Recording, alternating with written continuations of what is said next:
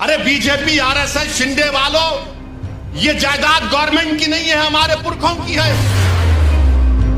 बाज ऐसे रंग बिरंगी कपड़े पहनकर मोदी के पैर छूने वालों, तुम्हारे बाप दादा की खबरों को जब छीन लिया जाएगा तुमको अंदाजा होगा। तुम्हारे बाप का वक्फ है ये अल्लाह के नाम पर किया गया वक्फ है। इसका मालिक अल्लाह है, सुबह क़यामत तक इसका मालिक अल्लाह रहेगा। और आरएसएस वाले झूठे हैं, बीजेपी वाले झूठे हैं, शिंदे वाले झूठे हैं। कह रहे हैं कि नहीं ये फाइनल कैसे होगा, अपील नहीं होगी। अरे दीवाने, रिवीजन पिटीशन डाला जाता है, ये तमाम 15 ट्राइब्यूनल का डिसीजन फाइनल है।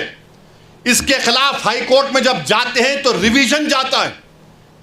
लाखों करोड़ों केसेस कोर्ट में पेंडिंग है, ट्राइब्यूनल से जल्द फैसला होता है। नरेंद्र मोदी जी बोले नहीं, ट्राइब्यूनल फाइनल नहीं होगा, रिवीजन नहीं, अपील माने फिर अपील सुनना हाई कोर्ट। अच्छा, उसमें हैरत अंगेज बात देखिए, अब ट्राइब्यूनल में केस चलता है। मोदी जी ने कह दिया कि अगर महाराष्ट्र की सरकार यह कानून बनने के बाद ट्राइब्यूनल नहीं बनाती है तो उन्होंने डायरेक्ट हाई कोर्ट चले जाना। अगर ट्राइब्यूनल बनाती है, नहीं बनाती है, तो मोदी महाराष्ट्र की सरकार बोलेगा आप हिंदू एंडोमेंट ट्राइब्यूनल के पास चले जाओ या किसी और ट्राइब्यूनल के पास चले जाओ। अगर दो लोग हैं, एक बैठ गए तो उन्होंने सुन ले सकते हैं। अभी निसार साहब बता रहे थे दोनों में झगड़ा हो गया तो क्या होगा, उसका भी कोई प्रोविजन नहीं। यानी अगर आप देखेंगे तो हर तरीके से, हर जाविये से आप देख रहे हैं कि जायदाद को मुसलमानों से छीन लिया जाए। अच्छा, जितने मुतवल्ली हैं सेक्शन 61 में, अगर कलेक्टर मुतवल्ली साहब को लगे मुतवल्ली ये दरगाह और मस्जिद को बोल दो एक तुम्हारी नहीं है, लिख कर दो जल्दी।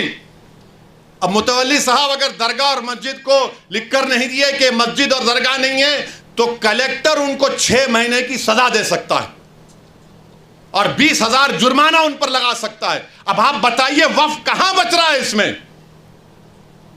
अरे बीजेपी आरएसएस शिंदे वालों, ये जायदाद गवर्नमेंट की नहीं है, हमारे पुरखों की है, हमारे आबो अजदाद की है, ये प्राइवेट प्रॉपर्टी है। तुम कैसा इसमें मुदाखलत कर सकते हो। मकसद एक ही है कि मुसलमानों से वक्फ को छीन लिया जाए। और मुझे आखिर में सिर्फ इतना कहना है कि मुझे मौलाना खालिद सैफुल्लाह रहमानी साहब दामन बरकातहू के अल्फाज याद आ रहे हैं। उन्होंने कहा कि वक्फ की जायदाद एक इबादत है, एक इबादत है। वो हमको हमारी इबादत से महरूम कर दे रहे आप।